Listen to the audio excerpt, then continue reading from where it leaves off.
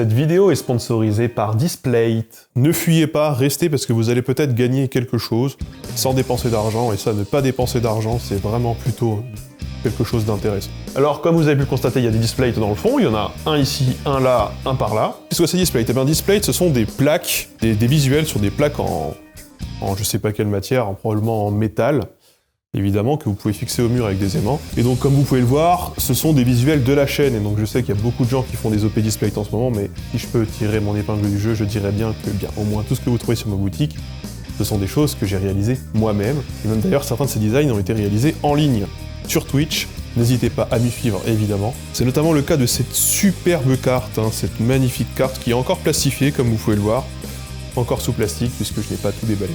Et comment ça marche? Eh bien c'est simple, vous avez une lingette pour nettoyer votre mur, vous collez vos aimants quand ils sont pas collés les uns avec les autres, et puis vous collez les displays dessus, quoi. C'est relativement facile. Et je vais vous montrer après. Donc comment est-ce que ça marche? Eh bien comme vous le voyez, bon il est pas droit, et en fait il est juste mis sur le mur avec les deux aimants qui sont collés sur le mur évidemment. Et si jamais maintenant tu veux changer, eh bien tu le poses, t'en prends un autre que tu ouvres quand il n'est pas déjà ouvert. Voilà, de la sorte. Et voilà. Donc comment ça marche? Eh bien tout d'abord, si jamais vous voulez en acheter, c'est 30% de réduction à partir de la sortie de la vidéo pendant une semaine. Et ensuite c'est 20%. Ça, c'est pour les gens qui n'auraient pas regardé la vidéo en temps et en heure. Et bon, au moins vous pouvez toujours vous dire qu'avec 20% de réduction sur un display, c'est quand même pas mal. C'est quand même pas mal, ça fait des super cadeaux de Noël, surtout en cette période, on peut plus acheter de livres, ni de moules à gaufres ou de je sais pas quoi que ce soit, puisque tous les rayons culturels sont fermés, évidemment. Et donc comment ça se passe si jamais, par exemple, vous voulez gagner ça? Eh bien, il y a 3 jeux concours. L'un se passe sur Facebook, donc il suffit pour cela de lire la publication Facebook et de suivre ce qui se passe dedans pour participer. Il y en a un qui se passe sur Instagram, je vous mets le lien du post dans la description, et il y en a un qui se passe à la fin de cette vidéo. Et donc là, je vous montre celui-là, mais c'est pas celui-ci qui a gagné, vous pouvez choisir celui que vous gagnez, ce qui est quand même plutôt cool, voilà. C'est pas vous, mais moi, les prénoms, ça me fascine, notamment parce que les parents se pensent tous originaux à choisir tel nom plutôt que tel autre, car il est rare que l'on décide d'appeler son fils comme celui de son pote, ou sa fille comme sa nièce. Bah oui, on préfère se démarquer. Et le prénom d'un enfant, il suscite la fierté de ses parents, et s'il paraît anodin pour les autres, il pose néanmoins les bases de l'identité du jeune bambin. On notera aussi que le choix du prénom est l'objet de nombreuses pratiques sociales que, personnellement, j'ai parfois du mal à comprendre. Refuser d'annoncer le prénom avant telle date, le faire au cours de tel événement, parfois organiser pour, certains décident même de dévoiler un faux prénom tout le long de la grossesse, de peur d'attirer le mauvais œil. Je suis pas papa, ça doit être pour ça que tous ces rituels me sont inconnus. En tout cas, force est de constater qu'il existe de grandes tendances de fond pour le prénommage, et que l'originalité dont on pense faire preuve n'est en réalité pas toujours au rendez-vous. Il existe des modes, par exemple, qui nous transportent sans que l'on s'en rende compte et dont on peut déduire pas mal d'informations. Ainsi, le choix qui guide à choisir tel ou tel prénom à son enfant, c'est très personnel, mais en même temps, c'est très éclairant. Par exemple, il existe chez les gens superstitieux une croyance associée au prénom. Il existe même un horoscope des prénoms. Et ton prénom, ça te donne une gueule. Machin, il aurait une tête à s'appeler Lucien, alors que truc, une tête à s'appeler Cindy. Bidule Roger plutôt que Romuald. Et ces critères subjectifs d'attribution seraient aussi bien associés au physique qu'à la personnalité. Alors les guides d'horoscope des prénoms, la valeur des prénoms, ce genre de choses, bon, bien sûr ça fait longtemps que ça existe, à l'époque c'était sur format papier, mais maintenant avec internet on peut y avoir accès, et ça c'est quand même magnifique, parce que tu le sais peut-être pas, mais tu vas donner ton prénom à ton gamin, et celui-ci va se retrouver gros, laid et stupide, parce que c'est forcément comme ça que tous les gens qui portent son prénom, etc. Donc moi j'ai voulu aller checker, voilà, moi je m'appelle Romain, du coup je suis allé sur ce site très sérieux qui s'appelle asiaflash.com, évidemment je vous le conseille, et j'apprends notamment que Romain est remarquable par sa beauté. Ouais. Yes. Il ne s'agit pas d'une beauté typiquement virile. Bon. Et aussi, je suis visiblement un peu efféminé avec des traits fins, des mains délicates, un teint clair, des cheveux soyeux longs, des muscles discrets et un corps élancé. Bon, tout ceci, efféminé, je ne crois pas. Des traits fins, je ne pense pas non plus. Des mains délicates, ceci est complètement faux. Un teint clair, c'est parce que je ne sors pas de chez moi. Les cheveux sont raides comme des baguettes de tambour, je dois utiliser un shampoing au goudron. Non, ils sont pas soyeux. Et non, ils ne sont pas longs non plus. Et des muscles discrets, et oui, extrêmement discrets, et un corps élancé, enfin plutôt un corps en surpoids, qu'on se le dise bien entre nous. Romain plaît naturellement aux femmes. Ah. Son charme irrésistible a tout fait de le mettre dans l'embarras du choix dès sa plus tendre jeunesse. Non. Je vous jure que non. C'était triste de ce côté-là. Bon bref, j'aime les brunes, les petites comme les grandes, les intelligentes. Je suis un amant fougueux et infatigable. Ah bah ça, je peux te dire que quand faut bourlinguer... je suis au rendez-vous, Non, évidemment, toute femme qui l'a connu serait de cet avis et trouverait les autres hommes pas terribles. Bon bref, je crains pas le divorce, mais je crains pas le mariage. J'arrive à maîtriser mon cœur inconstant, il paraît. Je suis un être éminemment sage, honnête. Voilà, je me bats pour les opprimés, les déshérités. Je suis plus brillant que la moyenne des mortels. Je suis un don Juan. Bon, pour l'instant, asiaflash.com, je suis pas convaincu. Alors on change de site, on va sur un site un peu plus féminin. Alors, c'est souvent sur des feeds féminins de la presse féminine qu'on trouve ce genre de choses. Et là, on est sur L.fr. Et donc là, on a le profil de Romain. Romain a un sens du devoir important et aime rendre service. J'ai ma peur du lendemain qui font que je fais un travailleur méticuleux, donc c'est en contrariété visiblement avec ce qui avait été dit par asiaflash.com. Je pense qu'il faut faire un colloque, faut faire un colloque avec une méthodologie pour voir qui a raison, faire un panel de Romain pour voir...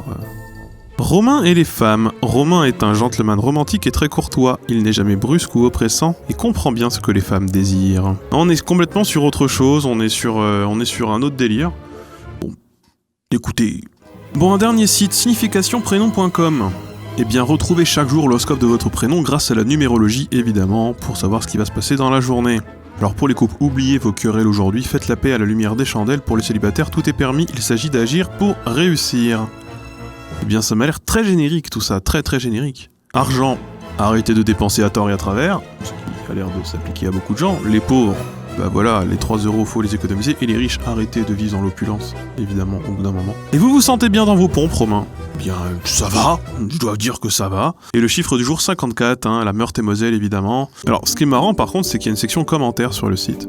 Quelqu'un qui dit « Je suis exactement pareil ». Eh ben écoute, parfait. Putain, c'est presque exactement moi. Le seul truc différent, c'est que je me mets pas à l'écart et que je ne suis pas ironique. Sinon, tout est juste. Et là, on a cette personne qui dit Tormoxine 500 mg code next day délivré in Adford. Donc ça, j'imagine que c'est le code. Peut-être un peu de spam dans les commentaires, on va pas se mentir. Alors, ce qu'il y a de marrant, c'est que évidemment, tout ceci est généré de manière un peu random, ou alors il y a des fiches types. Et ensuite, en fait, peu importe le prénom que tu tapes, ça va juste remplacer dans ton texte le prénom par le prénom que tu as choisi. Et donc tu peux t'amuser avec plein de prénoms différents. Par exemple, là, sur L.fr, toujours, là, j'ai recherché Lénine. Lénine est un très bon communicant. Je pense, oui. Un brin manipulateur, il s'est flatté et emmené les gens là où il le souhaite. Je pense que c'est aussi la vérité. Oui. Il peut être très légèrement hypocrite, mais rares sont ceux qui détectent ce trait de caractère, tant Lénine agit en finesse. Et donc il y a quelque chose qui fait que, évidemment, on va retrouver toujours un peu ce qu'on cherche, évidemment, voilà. Donc là je vais aller sur un autre site qui s'appelle AstroWeek, qui est un site que revendique être le site le plus visité de France, je crois, d'astrologie. En tout cas, il y a à balle de pub, à balle de machin, à balle de trucs, ça se fait passer pour un truc un peu sérieux. Et genre j'ai cherché le prénom Staline, par exemple. Voilà, parce que Staline, pourquoi pas. Staline est remarquable par sa beauté. Bon, mais ça me dit un truc comme phrase. Il ne s'agit pas d'une beauté typiquement virile, celle de David, de Michel-Ange ou d'Apollon du Belvédère. Mais attendez, c'est exactement ce que j'ai vu sur le site concernant mon prénom, ça. Staline plaît naturellement aux femmes. Donc du coup, si je vais un peu plus bas, il ne craint pas le divorce. Effectivement, en tout cas sur le divorce idéologique, il a pas de problème. Staline ne cherche pas à tout comprendre et à tout expliquer. Ouais. Ou pas, ça peut être aussi un pseudo de youtubeur random, par exemple Squeezie, tiens.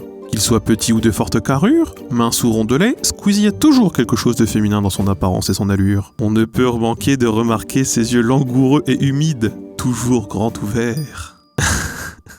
Eh bien écoutez, on est très contents. On va pas s'éterniser, vous avez compris le principe. Ça peut faire sourire, voilà. Mais bon, si jamais vous doutiez du fait que c'était bien de la merde, maintenant je pense que...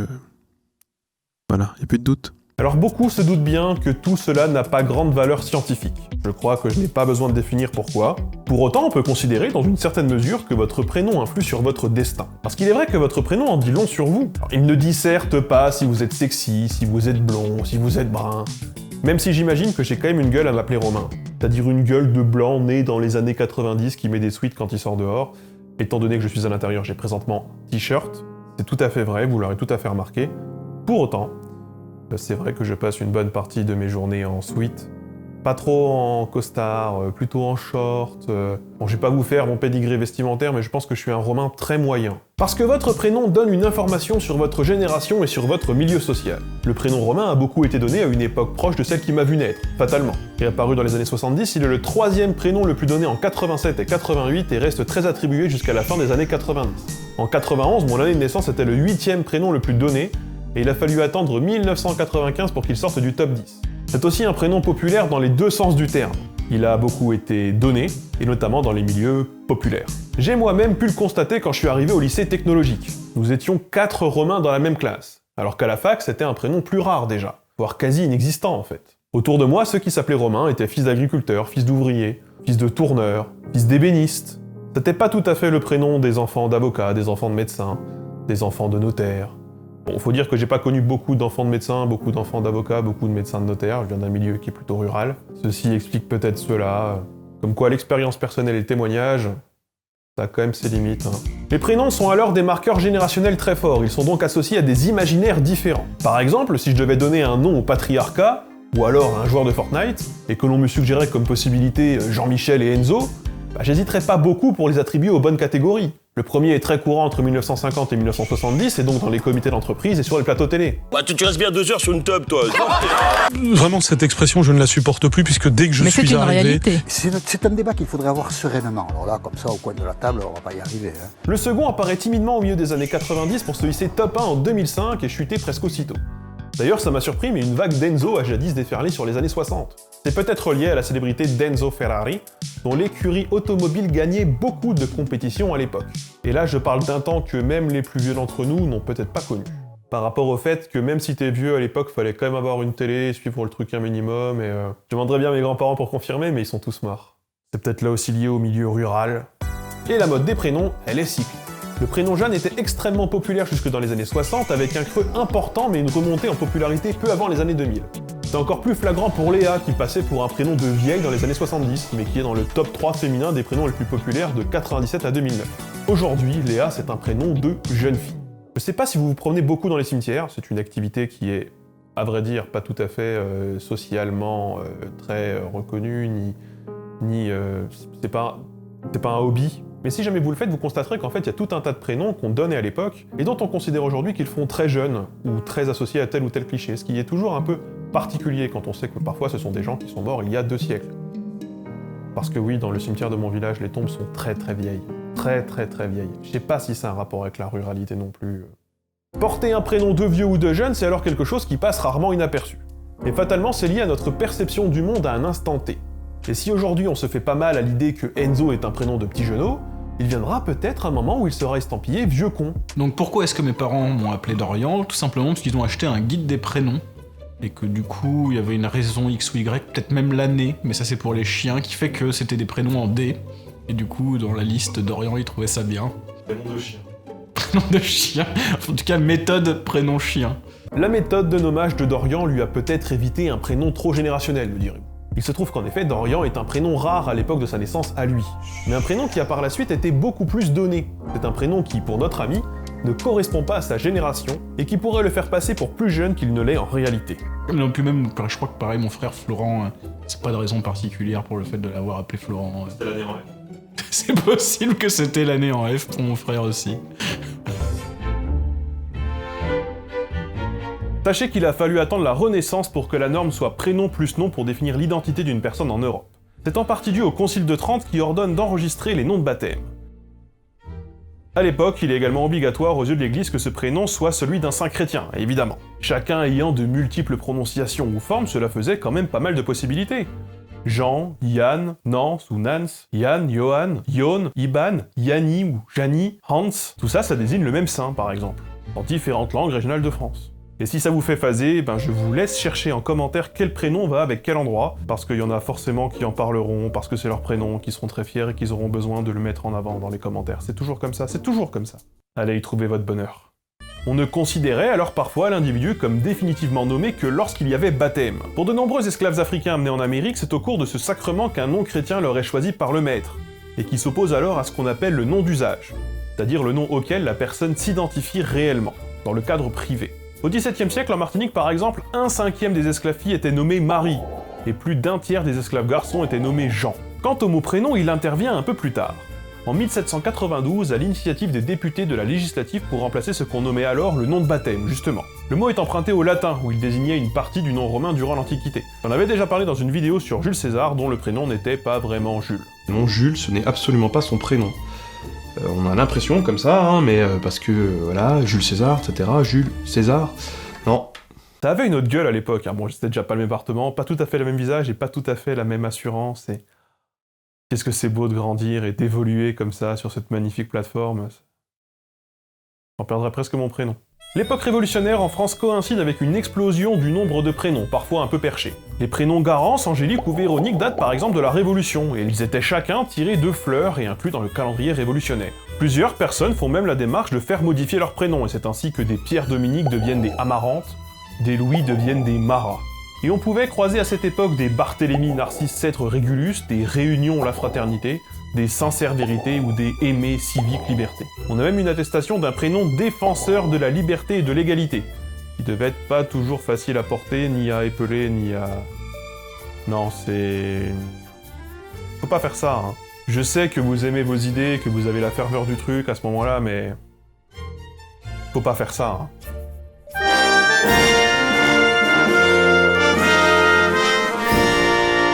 Bienvenue au grand jeu de la Révolution. Êtes-vous un bon patriote? Êtes-vous fier de vos racines? Êtes-vous aussi incollable sur la Révolution française que vous voulez bien le faire croire à vos proches? Ou alors sur Facebook, en réponse aux publications du Figaro? Vous le savez, dans ce jeu, on devine des prénoms révolutionnaires, des prénoms de la France révolutionnaire, et tout ce qui touche à la France révolutionnaire est magnifique, glorieux, grand, inspiré, romantique. Vocabulaire vient directement de chez nous. Parce que la France est une grande nation, la plus grande des nations au monde, c'est le plus beau des pays, et comme tout ce qui touche à ce pays, Apprenez la langue supérieure. c'est magnifique. Je m'emballe, mais du coup, vous savez que nous sommes là pour deviner des prénoms magnifiques. Petit quiz, prenez un papier, un stylo, notez vos points. Allez, c'est parti pour le premier, un facile, 2 points à attraper. Je suis une plante potagère, pas très bonne dont on ne mange presque rien. Mon cœur est poilu et en tant que prénom, je suis beaucoup attribué sous la terreur. Oh. Autrefois stylé, on dit que je fais désormais pitié. Vous l'aurez évidemment deviné, il s'agit du prénom Artichaut. J'en connais pas personnellement. C'était pour s'échauffer. Le second pour vous rattraper, le second pour 4 points désormais. Oulala, avec un tel score, comme sous Robespierre, ça ne rigole plus. Je sais, elle est pas mal celle-là. Je suis un prénom composé de 3 syllabes, qui sonne un peu autrichien et pourrait volontiers désigner un fromage à pâte dure. Je sens que vous l'avez. Mais je désigne en réalité un chien-dent à boules, une graminée vivace. Je suis aussi une commune française de la Haute-Vienne. Je suis Fromental, évidemment. On salue tous les Fromental qui nous regardent. Allez, le troisième, pour 3 points, c'est un prénom féminin. Un prénom ressemblant à Clotilde, mais avec le mot cul dedans. Je suis un prénom composé et ma première partie ressemble à Saint, plutôt sang. Je suis une référence aux républicains de la première heure, ceux qui portaient des pantalons sans culottide. Avec un prénom comme ça, pas prête de porter des jupes. Le dernier pour 1 point. Allez, vous pouvez y arriver, je compte sur vous. Je suis tiré du nom de famille d'un député à l'Assemblée législative puis à la Convention nationale. Tous les fans de politique sauront de qui je parle. Celui qui me porterait aujourd'hui n'en finirait plus d'entendre des blagues en rapport avec la quéquette, le pipou, le zizi, la verge. Je suis composé de 2 syllabes. La première est en commun avec Alfred et Albatros. La seconde avec un élément servant à l'amarrage des bateaux célèbre pour désigner le petit et charnu barreau. Albite. Évidemment. Alors, combien avez-vous eu sur 10 ? Quel est votre petit résultat ? Retenez bien votre score parce que d'autres quiz arriveront peut-être. C'est du français qui est mal prononcé. Si le mot prénom ressurgit à la Révolution, il met en France plusieurs décennies à réellement s'imposer. Il ne devient systématique qu'à partir de la deuxième moitié du 19e siècle. À cela, il faut ajouter un certain temps pour que le prénom soit associé à l'état civil et non plus au baptême chrétien. Quand j'étais gamin, on avait pour petit rituel d'emmerder ceux qui n'étaient pas baptisés, parce qu'on était quasiment tous baptisés, à l'époque c'était la tradition. Bon, à l'époque c'était il y a pas si longtemps que ça, c'était il y a 20 ans. Ouais, on partait du principe que ceux qui n'étaient pas baptisés, je sais pas pourquoi, parce qu'on nous avait raconté que c'était comme ça, ils avaient pas vraiment de prénom. Donc on leur niait le droit de s'appeler comme ils s'appelaient. C'était souvent un peu de l'attaque un peu facile, du genre... Et pourquoi tu me parles, toi t'as pas de prénom, t'es pas baptisé, tu fais pas de caté. Et ces gens-là, beaucoup sont devenus des amis par ailleurs. Hein. Ces gens-là ont eu de la chance de ne pas sacrifier tout leur vendredi soir à aller chez la Nadège pour voir à quel point Jésus souffrait, prendre des clous dans les bras, et Simon qui coupe des oreilles qui finalement s'appelle Pierre, et il y a des grottes dans l'histoire, et je ne comprends même pas ce qui se passe. On a fait des croix en pâte à sel, d'accord. Est-ce que ça valait bien de sacrifier mes matchs du vendredi soir, ou d'aller voir mes potes, et ce début de week-end florissant Non, mais c'était marrant quand même. On peut ne pas être baptisé et quand même avoir un prénom. C'est fou cette époque. C'est fou. Si aujourd'hui le prénommage est une pratique qui demande de beaucoup se casser la tête parce que l'on veut qu'il coche de nombreux critères, bah ça n'a pas toujours été le cas. En fait, pendant longtemps en France, l'usage était de donner à l'aîné le prénom du père, et c'était alors perçu comme un héritage. L'héritage de ceux qui parfois n'en ont guère sinon. C'est un moyen de tracer sa lignée, à défaut d'hériter de la baraque qu'on n'a pas, puis on hérite du prénom de celui qui nous a élevés. Vous l'aurez certainement constaté par vous-même, mais cette pratique a globalement été abandonnée au XXe siècle. Les us et coutumes ont évolué. Par exemple, la mode des prénoms tirés des séries américaines a été un marqueur important des années 80 à aujourd'hui. Ma mère m'a appelé Jordan parce qu'elle savait pas comment m'appeler, et à la maternité, elle a vu un Jordan dans un générique de série américaine, je sais pas laquelle, donc j'aurais pu m'appeler Chuck ou Brandon. Mais je m'appelle Jordan, avec un E. Et tu le vis bien ?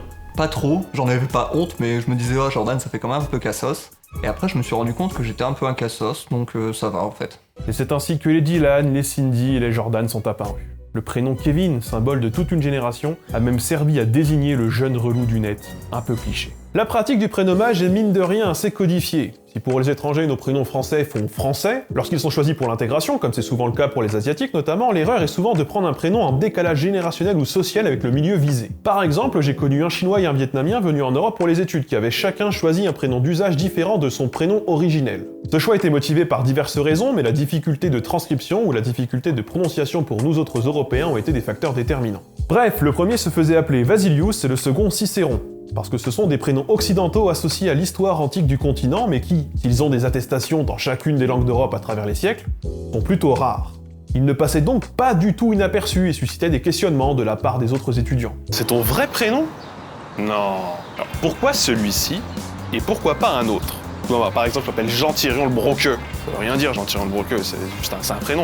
Et toi, du coup, ton prénom, il veut dire quoi? C'est quoi le sens de ton prénom? Donne-moi de l'exotisme, j'en ai besoin. J'en ai besoin pour raconter une anecdote dimanche midi. Parce qu'on va quand même pas tous se mettre autour d'une table pour manger une blanquette et rien se raconter. Donne-moi de la matière, donne-moi quelque chose, donne-moi une raison d'avoir été fier un jour de cet empire colonial. Et c'est quoi ton vrai prénom? Ça se prononce comment du coup? C'est compliqué, hein, c'est compliqué. Si tout le monde parlait français, on sortirait quand même vachement mieux. C'est pas facile, c'est dur. Moi, par exemple, je m'appelle Jean-Thirion le Broqueux. C'est vachement plus simple. Du coup, ça veut dire un truc, genre riz, cheval, le nom d'une fleur, peut-être, ou une rivière, une montagne. C'est une question intéressante en vrai, le sens originel d'un prénom. Mais c'est une question que les gens ne se posent vraiment que lorsqu'ils sont confrontés à un prénom qui fait étranger, parce qu'ils la posent rarement aux gens qu'ils connaissent en réalité. Par ailleurs, un prénom français ne veut pas dire un prénom de France. Si vous vous appelez Bonaventure, Dieu merci, Don Divin, Candide, Trésor ou Bijou, vous êtes sûrement né en Afrique francophone. Ce genre de prénom d'état civil, il est souvent concurrent d'un prénom d'usage, qui lui est d'origine africaine et tenu loin des registres officiels. Le prénommage en français est dans certains pays, comme le Congo, une méthode pour éviter d'associer ses enfants à sa tribu. Lorsqu'il existe des conflits armés entre certaines d'entre elles, cela permet d'éviter la ségrégation et même, dans les cas les plus extrêmes, des enlèvements ou la mort. Une pratique également est d'utiliser son deuxième ou son troisième prénom à l'étranger si celui-ci est plus facilement prononçable ou écrivable dans la langue locale. J'ai connu une Alice dont le premier prénom d'état civil est en réalité bien différent, mais difficile à prononcer par les locaux. Il arrive un moment où la flemme déplaît ou de corriger la prononciation l'emporte, et ayant pour nom de famille Philstrophe, je comprends bien pourquoi. Non, ça ne commence pas par PH, non, ça ne commence pas par un S, non, ce n'est pas Siltrophe, non, ce n'est pas Philstrop non plus, il n'y a pas de P à la fin, c'est bien 2 F, c'est juste parce que vous avez mal écrit. Oui, je sais, c'est long, oui, je sais, c'est compliqué, non, ce n'est pas russe, non, ce n'est pas bulgare du tout. Non, pourquoi? C'est un village de Moselle, enfin je veux dire, c'est en France, que je sache. Bon, dans une partie de la France où on parle une langue germanique à la base, mais quand même. Non, je ne veux pas changer. Non, les jeux de mots à base de Chris Prols et de strophes de paragraphes, non, ça ne me fait pas rire. Et oui, je les ai déjà entendus. Non, je ne vais pas répéter. Oui, F comme François. I comme Isidore. Je les connais tous les prénoms qui commencent par chacun de putain des lettres de mon nom de famille. Et je vous comprends les gens, je vous comprends totalement. Prendre son deuxième ou troisième prénom en France, eh bien c'est une pratique qui n'est pas si rare et qui est tout à fait possible. Il vous sera même permis de faire inverser l'ordre de vos prénoms afin d'avoir en première place celui que vous préférez. Alors moi je m'appelle Charles Adrien, on m'appelle surtout avec un surnom, donc Chayen. C'est arrivé aussi en soirée que je m'appelle moi-même autrement parce que ça me saoulait en fait d'expliquer l'origine de mon surnom et puis même aussi d'expliquer aussi mon prénom. Et je disais que je m'appelais simplement Victor. C'était efficace, les gens posaient pas de questions. Non, du coup, parce que Victor, ça faisait simple, efficace, et puis bah ouais, non, on me posait pas d'autres questions, quoi.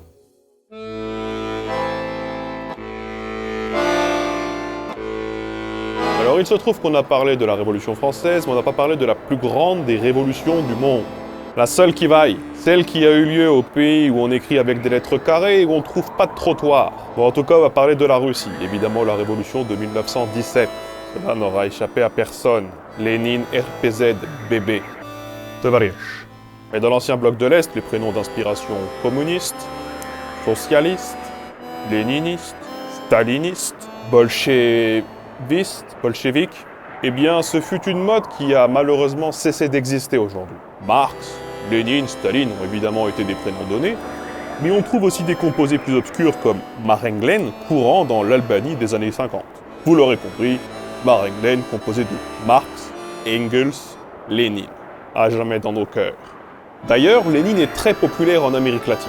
C'est même le prénom du président de l'Équateur actuel, Lénine Moreno, en dépit du fait qu'il mène actuellement une politique libérale au service de ces chiens d'Américains des États-Unis. Moudak! Évidemment, d'autres dictateurs, ceux qui sont pas de chez nous, ont eu la cote, comme le petit Allemand énervé. Là. Et si vous voyez, avec le H, le I et le Hitler à la fin. Je lis ici que le Panaméen Hitler Cigaroista, journaliste, ne peut posséder, à cause de cet état civil particulier, de compte Facebook ni de mail sous sa vraie identité, car son prénom est dans la liste noire des termes des généraux américains qui y associent troll et indécence. Pour une fois, on est d'accord, c'est compréhensible.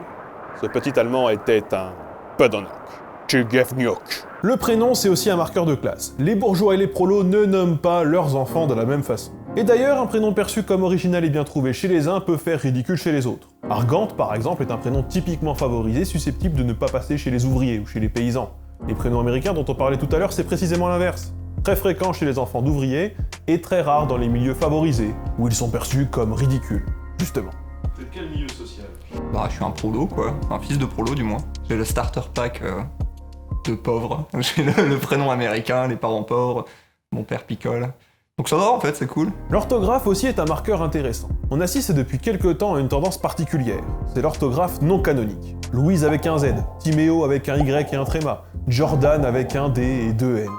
Pourquoi Jordan avec un E? Parce que ma mère avait peur que les gens disent Jordan. Même si c'est un vieux prénom, bah, comme ça arrivait un peu à la mode dans les années 90, peut-être elle devait se dire tiens, je vais appeler mon fils Jordan, c'est pas connu, mais j'ai peur qu'on le dise Jordan, parce qu'il n'y a pas beaucoup de Jordan. Tu sais qu'il y a un Jordan avec un E pour 20 Jordan sans E. Après, le E de mon prénom, ça m'a déjà causé des trucs un peu chelous. Genre, notamment une fois, on m'a pris pour une femme, alors que j'étais à l'hôpital pour une castration. Donc du coup, c'était un peu rigolo d'avoir l'infirmière qui disait bonjour madame, alors que j'étais là pour me faire retirer un testicule. C'est super. Il s'agit souvent là aussi d'une pratique populaire avec un certain nombre de prénoms en ya, orthographiés YA, comme Alicia, apparu dans les années 2000, Amelia ou Maëlia dans les années 2010, dont la popularité est assez forte ces dernières années. Si cette stratégie est un moyen de se démarquer des autres parents, on remarque en revanche que là aussi il y a un effet de mimétisme assez important que l'on retrouve au sein d'une même classe sociale. Cet effet de prénom de classe, il se voit très bien dans les résultats du bac. Chaque année, Baptiste Coumont, sociologue à Paris 8, publie des graphiques corrélant prénoms et mentions au baccalauréat. Ici, on trouve à gauche les prénoms ayant moins souvent de mentions, là en l'occurrence la mention très bien, et à droite ceux qui en ont proportionnellement le plus. En haut, on a les prénoms les plus courants et en bas les prénoms les plus rares. On peut constater deux choses. Tout d'abord, les filles réussissent plus que les garçons. Alors c'est pas tout à fait le sujet ici, on pourrait en parler longuement, mais sachez que c'est quelque chose qui est étudié. Ensuite on remarque que les prénoms issus de l'immigration sont plutôt à gauche, plutôt en bas aussi, car ils sont plutôt rares justement à l'échelle de la population française, et ils sont souvent liés à des familles allophones, c'est-à-dire des familles dont la langue française n'est pas la langue première. Sans surprise, les prénoms liés à l'immigration se retrouvent mêlés aux prénoms jugés populaires. Alors on n'est pas là pour expliquer pourquoi les classes populaires ont de moins bons résultats à l'école, mais le niveau d'études et le capital socio-économique des parents y jouent pour beaucoup. À droite, on a des prénoms logiquement plus bourgeois, comme Gaspard, Félix ou Augustin chez les garçons, et surtout Apolline, Garance, Adèle ou Joséphine chez les filles. Ce dernier est celui qui s'illustre le plus, c'est un tiers des 300 candidates prénommées Joséphine qui ont décroché en 2020 la mention très bien. Au centre, on a toute une galaxie de prénoms plus courants, mais aussi moins liés à la classe sociale, plus génériques, comme Paul, Antoine, Pierre ou Thomas chez les garçons, Léa, Manon, Camille, Emma chez les filles. Si on regarde de plus près, on constate aussi qu'ils sont les prénoms les plus donnés de leur génération, notamment chez les filles, ou alors des prénoms transclasses ou transgénérationnels. Concernant mon prénom, j'apprends sans surprise que la moyenne est située sur passable. On est des gens peut-être un peu moyens, qui sait. J'ai ça en commun avec les Julien et les Benjamin, visiblement. On était beaucoup de ma génération et de mon milieu à avoir ces prénoms. Ceci explique peut-être cela. Alors que les Théophiles et les Antonins, là, bah ils nous mettent grave la misère. Hein. Mais bon, ça c'est bien des prénoms à avoir un papa directeur d'agence de banque, ça, ou à partir en vacances à l'étranger. Oui, je te raconte pas mon voyage en Polynésie, de la galère, on est tombé en plein référendum sur l'indépendance, mais heureusement, on a gagné. Mais de toute façon, moi c'était mauvaise ambiance, je préfère aller au Mexique, tu vois. Alors pas le Mexique un peu vraiment trop, je sais, les cartels, tout ça, mais plutôt, tu vois, les pyramides, quoi. Enfin, tu vois, un peu la culture. Typique Antonin, ça, ou typique Augustin, typique les prénoms en nain à la fin, quoi. Ouais, mon prénom, je l'ai pas assumé même jusqu'à mes, franchement, 18-20 ans. Hein. J'ai des souvenirs où à chaque fois, on me prenait toujours pour soit pour un bourgeois, même aristo, enfin jusque-là, tu vois. Bah, je pouvais comprendre avec un prénom pareil. C'est extrêmement rare. Bah ouais. Vous êtes 42 en France depuis 1900. En effet, quoi. Sans faire le Calimero, mais bon, il y a des petits moments, tu sais, quand t'es gosse, par exemple, j'ai des souvenirs où j'entendais même des adultes qui, derrière mon dos, Charles Adrien, enfin, c'est à prendre la petite voix de bourgeois et tout, bon, bah, ils disaient, bon, bah, c'est pas... Tu te sentais mis à l'écart? Ouais, un peu, ouais, il y avait un peu de ça. C'est pas que j'en voulais à mes parents, mais jusqu'à quand je leur ai demandé, mais pourquoi vous m'avez appelé comme ça, je dis, enfin, quand je voyais les prénoms de mes autres frères et sœurs, je dis, ouais, vas-y, lui, c'est le dernier, il va prendre cher. Des prénoms plus classiques, c'est ça? Ouais, je peux les citer, hein. C'est Anne, Sophie, Olivier, Guillaume, Leïla, prénom plutôt cool, quoi. Je devais avoir plus de 18 ans, je leur ai demandé, mais pourquoi vous m'avez appelé comme ça? Et bah, quand ils m'ont expliqué, bon, bah, c'est là où je l'ai un peu plus accepté quand même. C'est bien un héritage familial, c'est ça? Ouais, c'était, alors je sais pas comment on peut... C'est pas un hommage, parce que bon, il était pas encore mort, mais c'était... Charles, en fait, c'est le prénom de mon grand-père. Et Adrien, ça venait d'Adrienne, le prénom de sa mère. Et est-ce que ça t'a aidé, ton prénom? Quand même, des fois. Ouais, je pense honnêtement, ouais, Charles Adrien, sur un CV, ça... Je pense que ça devait quand même bien passer, quoi. Tu dis, lui, il a l'air sérieux, tout ça.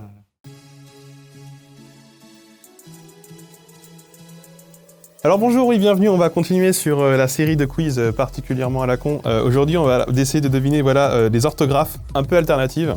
Et on va commencer tout de suite avec laquelle de ces orthographes qui a été donnée au prénom Julian, en fait. Voilà, Julian, vous voyez le prénom? Alors selon vous, laquelle de ces 4 orthographes a déjà été donnée? Que les 3 premières réponses sont bonnes. 1 point par bonne réponse et 1 point bonus si vous me donnez, selon vous, quelle a été l'orthographe la plus courante? Et oui, c'est la première que vous avez trouvée, c'est la première qu'il fallait trouver. Elle apparaît en 2005 et elle connaît un pic en 2019 avec 79 enfants ainsi nommés. Dans la même logique, on a le prénom Justine aussi, qui personnellement m'appelait pas mal. Je pense que c'est comme ça que je vais appeler mon Shetland. Ça lui donnera un petit côté foufou. Question similaire concernant désormais le prénom celte Kylian. Vous voyez bien, Kylian, pas de problème, comme le joueur de foot Mbappé, celui qui marque les buts. Notamment en équipe de France. Laquelle de ces orthographes n'a jamais été donnée?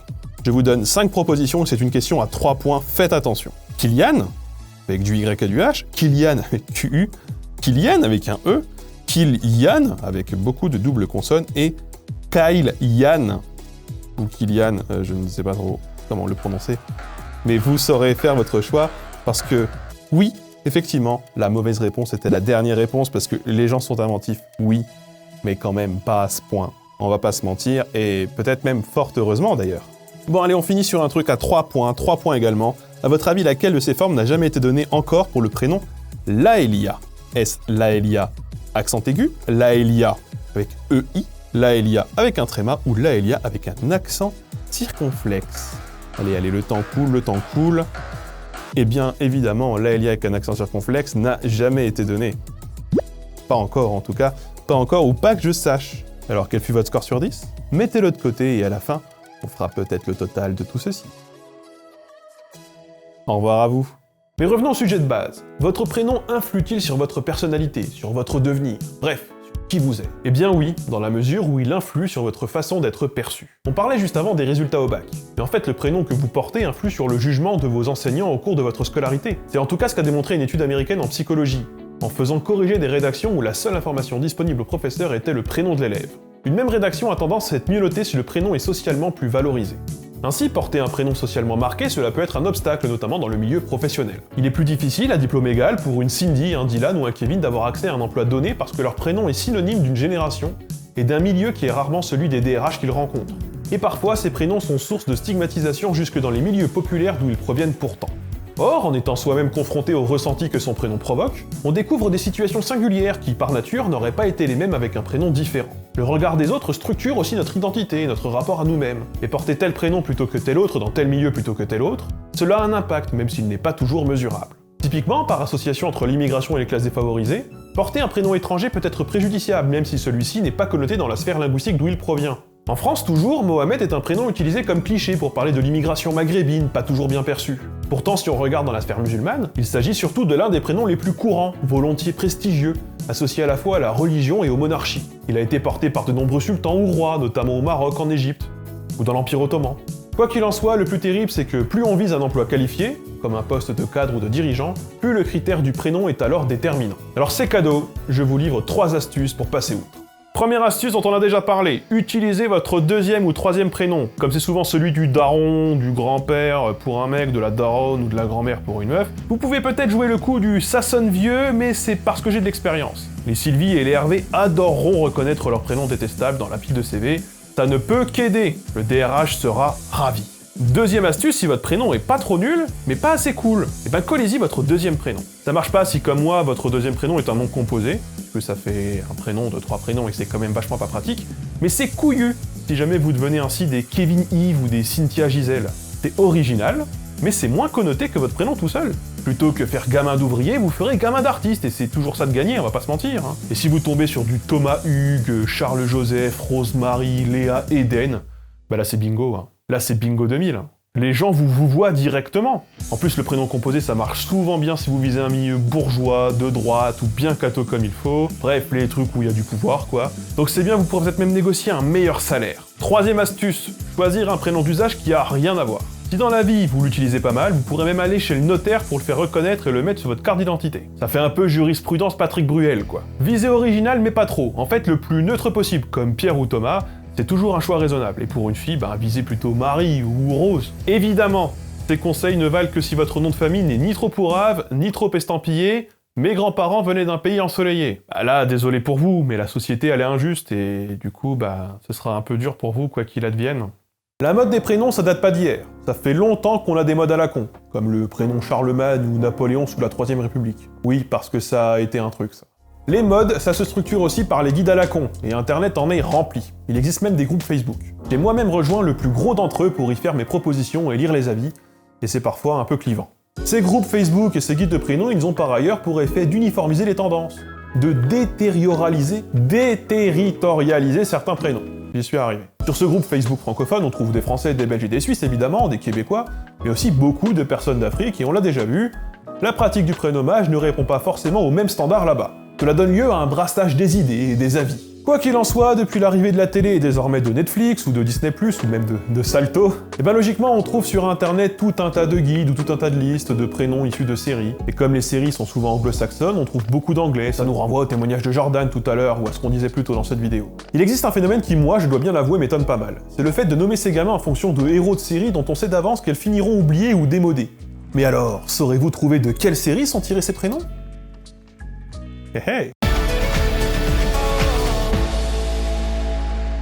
Bonjour, je m'appelle Jean-Thierry Broqueux et puisque vous avez tenu jusque-là dans la vidéo, il me semble nécessaire de vous récompenser par un ultime quiz sur des séries, des prénoms en rapport avec des séries, et sans plus attendre, pour 2 points, je suis Jarod. Jarod, le prénom Jarod, vous devez deviner la série dans laquelle je suis. Donc je suis le nom d'un héros d'une série diffusée en France entre 96 et 2000. En France, j'apparais donc dans des statistiques de l'INSEE en 97 avec un pic en 98 et connais une baisse ensuite pour me stabiliser autour de 90 naissances par an. De quelle série peux-je bien être tiré ? Vous l'aurez deviné, je suis tiré du Caméléon. Un jeune garçon nommé Jarod exploitèrent son génie pour des recherches secrètes. Mais un jour, le Caméléon leur échappa. Le Caméléon, une très bonne série. Et si jamais vous ne vous souvenez pas de cette série du Caméléon, je ne peux que vous conseiller l'excellente vidéo suivante, que dis-je là, la terriblissime, innovante et disruptive vidéo ci-contre. Le lien est en description, évidemment. Je l'ai personnellement vu 38 fois, dont 7 la nuit dernière. En même temps, quel talent, que voulez-vous ? Mais nous ne sommes pas là pour parler de ceci, nous sommes là pour trouver des réponses à des questions, et là, facile pour 1 point. Le prénom en question, Katniss. Donné 158 fois depuis la première diffusion du film, où l'on trouve cette héroïne qui a beaucoup de points communs avec PUBG, et Fortnite. Enfin, le film a beaucoup de points communs avec PUBG et Fortnite, pas l'héroïne, puisque ça n'aurait aucun sens de comparer un personnage avec un jeu. Mais ça, vous l'aviez compris, puisque vous êtes né dans les années 90-2000. À peu près. Vous êtes le public cible. Quoi qu'il en soit, je suis une série de films. C'est là l'astuce. Une série de films tirée d'une série de bouquins. Je suis évidemment tiré de Hunger Games. Il ne se prononce pas Injurgam, comme j'aurais pu moi-même peut-être le prononcer avant que le producteur de l'émission me corrige. Elle est plus américain maintenant, plus américain comme prénom, pour 3 points, plus cliché, avec O'Brien en un seul mot et un Y. Alors difficile de dire exactement ce qui a pu motiver mon choix. On note en revanche que je suis donné durant les grandes heures de 2 séries qui se passent dans l'espace avec Patrick Stewart, avec les Klingons et avec les Romuliens. Encore sans citer les Trills, les Vulcains, les Ferengi, les Andoriens, les Bajorans, les Cardassiens et toute une autre panoplie d'intermittents du spectacle mal déguisés. Vous aurez reconnu Star Trek peut-être. Of Star Trek, The Next Generation. Eh bien, il se trouve que dans les 2 séries Star Trek, les 2 séries de la grande époque, on trouve un personnage qui s'appelle Miles O'Brien, principal dans Next Generation, puis dans Deep Space Nine. Il est donc resté près de 12 ans à l'écran. C'est un des personnages qu'on voit le plus de la série. Peut-être que l'inspiration vient d'ailleurs, c'est tout à fait possible, peut-être que j'ai mal préparé ce petit quiz ludique. Il n'empêche que le prénom Jean-Luc, en un seul mot, prénom du personnage de Patrick Stewart, capitaine du vaisseau dans Star Trek Next Generation, a été populaire aux États-Unis pendant la diffusion de la série. Changement d'époque, changement d'ambiance pour 2 points. Mon prénom est Lynette et je suis tiré d'un personnage féminin vivant à Westeria Lane. Je suis une femme au foyer désespérée, évidemment. C'est que mon nom de famille est Scavo et j'ai des jumeaux. Desperate Housewives, évidemment. Quelle grande série, quelle grande série. Avec pas mal de Lynette avec I ou Y depuis 2006, faut savoir que ce prénom a déjà été donné en France, mais à une autre époque, entre 1920 et 1960. Puis ensuite, il est un peu tombé dans l'oubli, et il est revenu grâce à cette magnifique personne serrée visuelle. Allez, pour finir, un prénom masculin pour 2 points. Je suis Dexter. Dexter, mais pas celui du laboratoire, le tueur en série. De quelle série suis-je tiré ? Eh bien, vous aurez évidemment reconnu la série Dexter, tout simplement, évidemment. Il fallait pas tomber dans le panneau. Qui donne lieu, à partir de 2008, 1 an après la diffusion française, à des occurrences de ce prénom dans l'état civil. Voilà, un nouveau score sur 10. Normalement, vous en avez 3 ou 4. Maintenant, vous pouvez les additionner et vous aurez un score sur 30 ou 40 en fonction de est-ce que j'ai eu la flemme de tourner le 3e quiz ou non. J'en tire dans le broqueux pour vous servir. Bref, les prénoms de séries ou de films sont des sources d'inspiration. Daenerys tiré de Game of Thrones, probablement donné avant que les gens se soient confrontés à l'horrible et terriblissime dernière saison, mais qu'est-ce qu'ils ont branlé ? Enfin, c'est pas possible, quoi. Ils avaient tout pour faire ça bien, jusqu'au 2e épisode encore ça va, et à la... Mais c'est... Je vous jure, si jamais j'avais appelé ma fille Daenerys avant la 8e saison, après l'avoir vue, j'aurais été tout rayé l'état civil, elle serait devenue Amandine. Mais n'en parlons plus. Pour continuer cette petite liste, on peut trouver aussi Malcolm pour la série du même nom, Joey pour une fille comme dans Dawson, Junior que l'on entend ici ou là. Le plus terrible dans l'histoire, c'est que malgré tout, une série en chasse une autre. Parlez avec votre petite sœur ou votre petit-neveu des séries que je viens de citer, et ils n'en connaîtront probablement pas plus de la moitié. Je sais, ça vous fout un coup de vieux, quand on voit qu'il y a des gens qui ne savent pas qui sont les To Be Free. Mais en fait, quand on y pense, c'est probablement pour le mieux, car en oubliant l'origine populaire de votre prénom insolite tiré d'une série, il sera parfois plus difficile de déduire votre origine sociale ou géographique, et donc de vous coller des stigmates sur le front.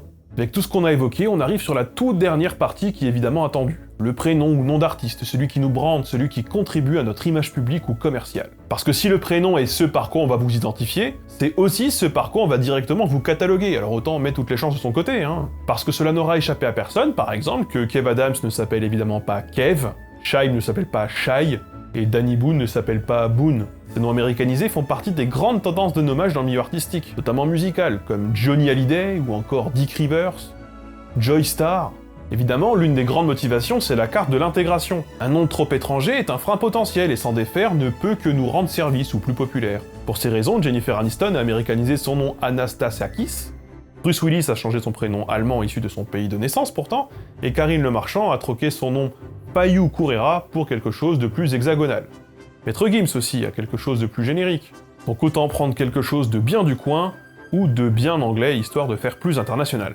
D'ailleurs, l'autre motivation, c'est quand on considère que son état civil est incohérent avec l'image de la profession artistique que l'on vise. C'est souvent le cas dans le rap, où j'imagine que les Martin Dupontel ou Jérémy Tronqueux sont moins vendeurs que les Sigario, Sigarino, Toparino, Chevalino, Al Pacino, je sais pas, les trucs qui font gangsters du Sud, quoi. Alors c'est aussi souvent le cas dans le cinéma, hein. C'est certainement pour cela que Sophie Marceau, Vincent Cassel ou Vin Diesel ont décidé de s'appeler un peu plus non générique par rapport à ce qu'ils avaient avant. Finalement, il y a un dernier domaine où le nom d'artiste est systématique. C'est le porno. C'est souvent pour se rendre plus vendeur, c'est évident, mais aussi pour cacher sa véritable identité. Clara Morgan ne s'appelle évidemment ni Clara ni Morgan. Et je vais pas vous lister d'autres actrices ou d'autres acteurs de peur de trahir mes goûts en la matière et de ce genre spécifique de production vidéo, mais vous savez, hein, faut se maintenir renseigné sur tout, étant donné que moi-même je travaille dans la vidéo, il faut que je me renseigne sur les techniques, les différents plans... C'est pour le travail, quoi, vous l'aurez compris. Si vous avez des prénoms de merde, des prénoms dont vous êtes fiers, des histoires cheloues de prénoms, je vous invite à en parler actuellement sur Twitch. J'y suis, là, maintenant, en direct. Et puis vous pouvez aussi venir en parler sur Discord. Et si jamais vous êtes resté jusqu'à ce moment-là de la vidéo, si jamais vous faites partie des 50% qui ont tenu sur le watch time, eh bien soyez récompensés, puisque c'est à ce moment précis que je dis comment vous allez pouvoir gagner un Displate gratuitement. Il suffit en fait de liker et de commenter la vidéo, et ensuite un tirage au sort sera effectué dans les 72 heures. J'enverrai un mail ensuite au gagnant pour notifier qu'il a gagné, quoi. Voilà, il n'y a pas grand-chose à dire.